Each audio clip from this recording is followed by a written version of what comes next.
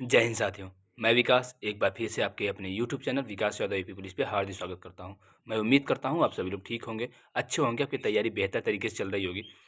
और जिस चीज़ का इंतज़ार था आप सभी लोगों को, काफ़ी दिनों से आप परेशान थे फाइनल रिजल्ट में नेम आने के बाद कि सर मेडिकल कब से स्टार्ट होंगे, तो वो चीज़ें आपको जानकारी हो चुकी है। मैं कल भी बता दिया था कि आपकी जो मेडिकल होने हैं, जेटीसी कब से होने हैं, आरटीसी कब से होने हैं, वो डेटें फिक्स हो गई हैं। तो आपके मेडिकल जो हैं वो 22 अप्रैल से शुरू होंगे, जेटीसी 17 जून से शुरू होंगे और आपके आरटीसी 21 जुलाई से शुरू होंगे। ये चीज़ें कन्फर्म हो गई हैं आपकी।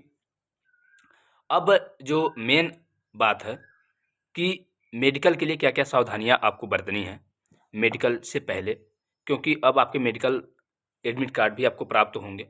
क्योंकि अगर 22 से आपके मेडिकल स्टार्ट हैं, तो 1 हफ्ते पहले आपको मेडिकल एडमिट कार्ड किसी भी हाल में प्राप्त हो जाएँगे, ठीक है? मतलब अब अगले 1 हफ्ते में एडमिट कार्ड थ्रू थानों आपको प्राप्त हो जाएँगे, क्योंकि 1 हफ्ता पहले ही आपको एडमिट कार्ड सभी लोगों को मिल जाएँगे। दूसरी बात, अब क्या सावधानियाँ आपको बरतनी है कि मेडिकल से पहले सबसे इम्पोर्टेंट जो बात है कि अब आपको सेफ़ रहना है, अपने घर पे रहना है। जो भी आप टाइम स्पेंड कर रहे हैं अपने परिवार के साथ स्पेंड करें, घर पे करें, ठीक है? बाइक चलाने से बचें, वो सारी चीज़ों से बचें जो आपको नुकसान कर सकता है, आपको मेडिकल के लिए डिस्टर्ब कर सकता है, उन सारी चीज़ों से आपको बचना है और घर पे रहना है। दूसरी चीज़, मेडिकल के लिए आपको परेशान नहीं होना है, किसी दलाल के चक्कर में नहीं पड़ना है आपको कि हाँ, अगर कोई कहता है कि हम आपका मेडिकल पास करा देंगे, आप इस चीज़ में अगर आपकी कमी है तो मैं मेडिकल पास करा दूँगा। इन सब बातों पे आपको विश्वास नहीं रखना है।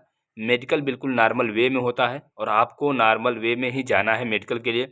बिल्कुल किसी के बहकावे में आपको नहीं आना है, क्योंकि ये ऐसा स्थिति होता है कि इस समय आप किसी के भी कहने में आ सकते हैं, लेकिन आपको परेशान नहीं होना। मैं जब से पहले भी बताया था आपको कि मेडिकल बिल्कुल नॉर्मल होता है। अगर आपको मेजर प्रॉब्लम नहीं है, तो कोई समस्या क्रिएट नहीं होगी।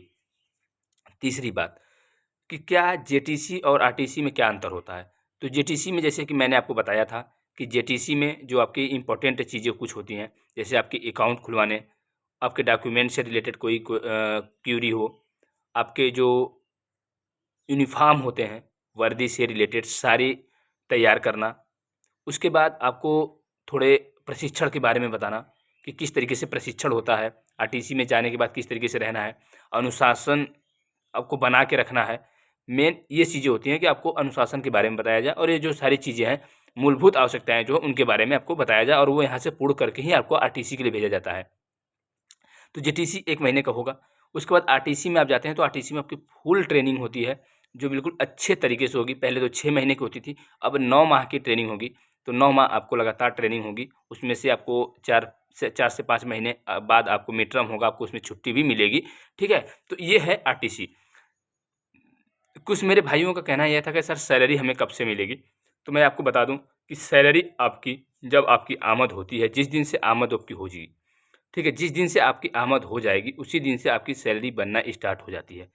ऐसा नहीं कि अगर आपकी आमद आपको अगर 17 जून से आपकी जेटीसी स्टार्ट है, तो आप 17 जून को अगर पहुँच गए हैं, ठीक है? अपने ट्रेनिंग सेंटर पे, तो अगर उस दिन आमद नहीं होता है तो ये नहीं है कि आपको उसी दिन से वेतन मिलेगा, ऐसा नहीं होगा।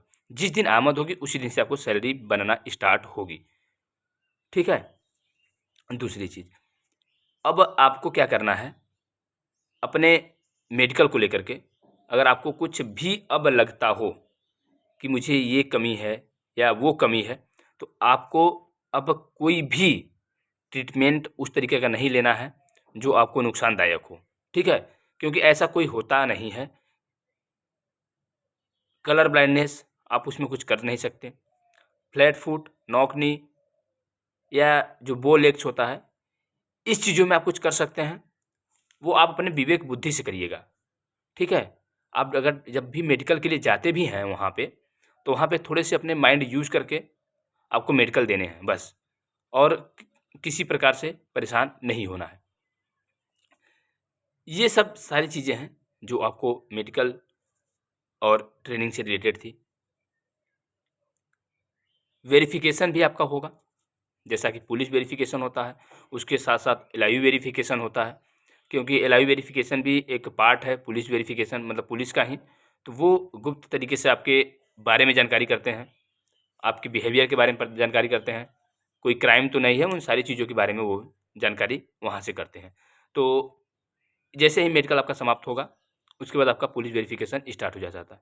आई होप आप समझे होंगे इन चीज़ों को। कोई अगर अपडेट है तो ज़रूर देने का करूँगा। Thank you so much.